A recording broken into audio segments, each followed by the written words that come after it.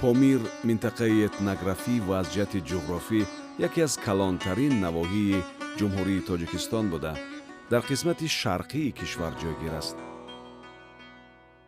ягона нақлиёти дастрас ва нисбатан бехатар барои сафар ба ин минтақаи тоҷикистон автомашинаҳои сабукрав ба ҳисоб мераванд. аз нуқтаи назари сайёҳӣ Бадахшон яке аз минтақаҳои хеле машҳуру маҳбуб миёни сайёҳони дохилӣ ва хориҷӣ ба ҳисоб меравад.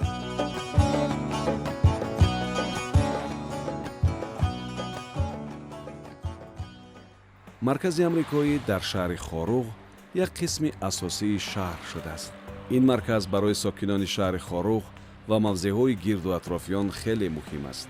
марказ барои донишҷӯён ва толибилмон макони муҳими дарёфти илму маърифат буда ҳама вақт серодам аст. ба ин макони дониш хоҳишмандон аз тамоми гӯшаи вилояти мухтори кӯҳистони Бадахшон новобаста аз сину сол ташриф меоранд. ба гӯшаи амрикоии шаҳри Хоруғ дар як рӯз зиёда аз 250 нафар мебиёнд. бештари аз онҳо ин донишҷӯёни донишгоҳи давлатии шаҳри Хоруғ мебошанд ва дигарашон талабаҳои мактабҳои шаҳри Хоруғ ва аз талабаҳо бештар талабаҳои лицеи Оғохон мебиёянд. гӯшаи амрико дар Хоруғ яке аз гӯшаҳои беҳтарин мебошад, барои он ки ин бисёр фоидаовар аст, пеш аз ҳама барои донишҷӯён ва толибилмоне ки дар мактаб таҳсил мекунанд. дар маркази амрикоии шаҳри Хоруғ тамоми шароит барои хондани китобҳои муосир, тамошо кардани филмҳо, гӯш кардани мусиқӣ, истифодаи интернет ки барои омӯзиши забони англисӣ мусоидат мекунад, ба таври ройгон фароҳам оварда шудааст. American Corner is perfect place to socialize in the center of the city, books, movies, internet, and many free programs for all ages, and especially for kids, and much more.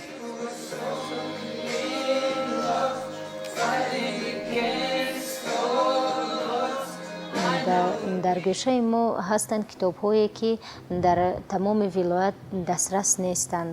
ин яъне китобҳо энциклопедияҳои калон ба забони англисӣ ва ҳастанд оилаҳое ки наметавонанд ин китобҳоро ҳамчун ба кӯдакони худ бихаранд. дар гӯшаи амрикоии шаҳри Хоруғ барномаҳои ҷолиб пешниҳод карда мешаванд.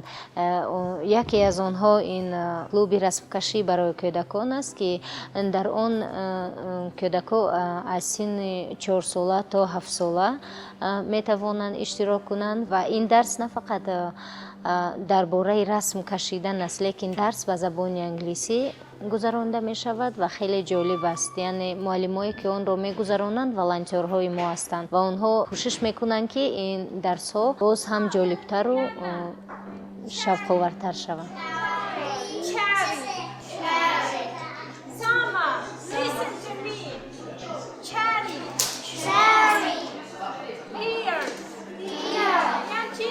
سراوات تشکر زیاد میکنیم برای شخصانی که این برنامه رو شدن و ما امکانیت داریم که فرزندان خود رو به این گوشه بیاریم. آنها نه اینکه کشیدن رسم‌های گوناگون رو از خود میکنن، بلکه زبان انگلیسی رو از خود میکنن و ما از این خیلی خوشنود هستیم. дар гӯшаи амрикоии шаҳри Хоруғ алон зиёда аз 20 худихтиёр волонтёрон дар кори мо хизмат мерасонанд. онҳо асосан барои китоб гирифтан, китоб додан ва онҳо ҳар яки онҳо клубҳои худро доранд. клуби духтарон яке аз клуби беҳтарин ва ҷолибтарини гӯшаи амрикоӣ мебошад ва мо ин клубро як моҳ шуд ки сар кардем. Here is another problem, social pressure. What do you guys know? What does this thing tell you? Social pressure. Another problem that women face is social pressure. Okay. чун шахси худихтиёр ман қариб ҳар рӯз ба гӯшаи амрико мебиёям барои он ки худи ҳамин сол ба амрико сафар карда будам таҳти барномаи сӯси дар он ҷо таҳсил карда будам дар давоми 5 ҳафта ва дар онҷо ман як барномае ташкил додам ки ҳозир тариқи ҳамон барнома ман бо ҷавондухтарон кор карда истодаам.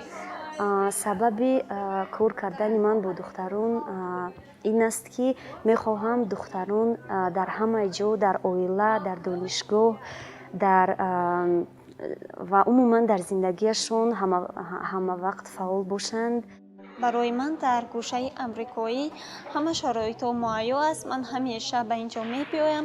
Он шароитҳое ки боз нав барои мо муайё кардастанд, мо аз онҳо низ истифода мебарем. Масалан, барои рӯзноманигорон хушбахтона имсол дар гӯшаи амрикои шаҳри Хорох клуби рӯзноманигорон кушоданд. бо дастгирии гӯшаи амрико мо тавонистем ки иштирокчиён яъне ҳам матолибҳои назариявӣ ва ҳам матолибҳои амалиро омода месозанд. акси хуб гирифтанро омӯхтанд, видеороликро ба навор гирифтан омӯхтанд ва ҳамчунин яъне чӣ гуна як ахбори хуберо, як ахбори дақиқ бо тамоми сарчашмаҳои дақиқашро дастрас намудан ва онро ба ҷомеа, ба аудитория пешкаш карданро омӯхтанд. асри 21 чун асри пешрафти техникаву технологияи ҳозира замон аст. журналист бидуни ин имкониятҳо ҳеҷ аст. тамоми вилоят аз гӯшаи мо хабардор аст. Мо ба забони англисӣ аутрич мегӯянд. Мо ба ноҳияҳо сафар мекунем ва барномаҳои ҷолиб ҳам барои талабаҳо, ҳам барои студентҳо ва ҳам барои шаҳрвандон дорем ва онҳо метавонанд биёянд ва китобҳо, дискҳо, тамоми чизе ки мо дорем дар гӯшаи худ метавонанд биёянд ва истифода намоянд. гӯшаи амрикои шаҳри Хорух бо ҳукумати вилояти мухтори кӯҳистони Бадахшон, бо ҳукумати шаҳри Хорух ҳамкории зич дорад ва боз бо кумитаи кор бо ҷавонон, бо мактабҳои шаҳри Хорух ва на танҳо мактабҳои шаҳри Хорух, балки бо мактабҳои вилоят ҳам ҳамкорӣ хеле зич дорад. So this is the problem. So they fail when it is for a grade. So when they know that they're going to get a mark, then they do poorly. Starting about a year ago, we have had an English teacher development club here on Monday mornings. And it's an opportunity for the English teachers in Horog to come and talk about methods, learn some new activities and games, and improve their own English speaking skills. It's important for American Corners to exist in Tajikistan because it's an opportunity for people to come and practice their English, to meet people from other countries, and to access resources that they wouldn't be able to access otherwise. و من تاجیکستان مقبول است برای اینکه من اینجا با شوهرم شناخته شدم. شوهرم هم از امریکا لیکن ما در تاجیکستان شناخته شدم. این بسیار جای آدمی تاجیکستان بسیار مهمان دوست هستند. من هم بسیار چیز آموختم از معلم و معلم های تاجیکستان. متدی آنها از متدی ما فرق دارد، لیکن من هم از آنها و آموختم و متد ها هم آموختم از آنها. تمام این برنامه‌ها به زبان انگلیسی گذرانده می‌شوند و волонтерҳо ва студентҳо метавонанд забону малакаи худро тавассути ин барномаҳо сайқал диҳанд. аз ҳамин сол сар карда мо бо донишгоҳи осиёи марказӣ хеле ҳамкории сахт баргузор кардем. I'm Robert. I'm from the United States. 25 years old, and I work at UCA as a student life advisor.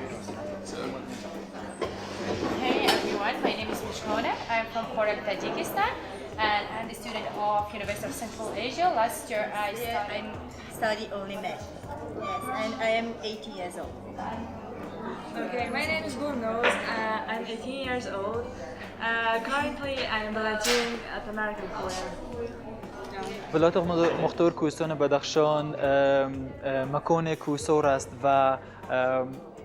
و همه ناحیه‌ها از مرکز بسیار دور هستند، لیکن بعضی وقتا که از دیگر جاها میآیند مرکز میبینند، از گوشه از گوشه ما دیده میکنن و حواس میکنن که شاید ما همینطوری داشتیم که برای مردم ما که در جای ما استقامت میکنن. لیکن اگر امروز شخصی از تکنولوژی بیخبر از او رشد کرده نمیتواند و برای من اگر بسیار خوب میشد که ما امین طور گوشه ها در اقلا در ناحیه های دوردست کشوده میشد یک توی دیگر. این برای مخصوص برای ولایت و مخصوص برای مردم جمهوریمان بسیار یک ترقیات کلان می آورد. باز با گوشه امریکایی ما میبیاند از سفارت ایالات متحده امریکا میبیاند، یعنی توسط برنامه‌های سفارت امریکا در تاجیکستان آمده برنامه‌های خود را میگذرانند. Для того, чтобы дать вам возможность обучаться в американских колледжах, университетах, чтобы донести, сделать вас послами Таджикистана и через вас как бы распространить информацию о Таджикистане. То же самое, учась в Америке, у участников появляется возможность больше узнать об Америке и поделиться этой информацией уже у себя в стране. Основная цель – это улучшение взаимоотношений. Когда мы знаем больше друг о друге, об истории, о культуре, как бы взаимоотношения, как бы взаимопонимание всегда улучшается. И это есть основная цель всех обменных программ. پیش از با گوشه امریکا آمدن من فکر کردم آیا امین خیل جای کار وجود دارد که فقط نه اینکه فقط در جای کارم بشینم، لیکن با همه وقت با مردم کار بکنم، همه وقت چیزی رو برای مردم خود دستیاری بدم. لیکن که وقتی که من با گوشه امریکا آمدم من گفتم که این جای من است. البته من گوشه امریکا مرا تربیت کرد. ولایت مختار کوهستان بدخشان آدمان را از کل جهان جلب می نماید، چون در ولایت ما هستند جایهای تاریخی، منظره‌های خیلی زیبا و آدمای خیلی میهمان دوست که آنها آدمان را خیلی خوب قبول میکنند. خوش آمدید به گوشه امریکایی شهر خاروق و خوش آمدید به ولایت مختار کوهستان بدخشان.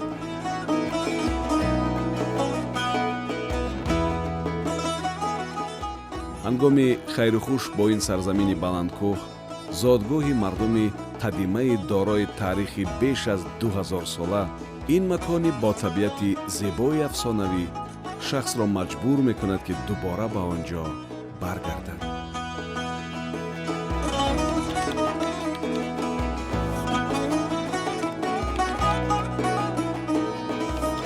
чун ҷони ту шуд дар ҳаво افسانه شیرین ما فانی شو چون عاشقان و افسانه شو افسانه شو افسانه شو افسانه شو افسانه شو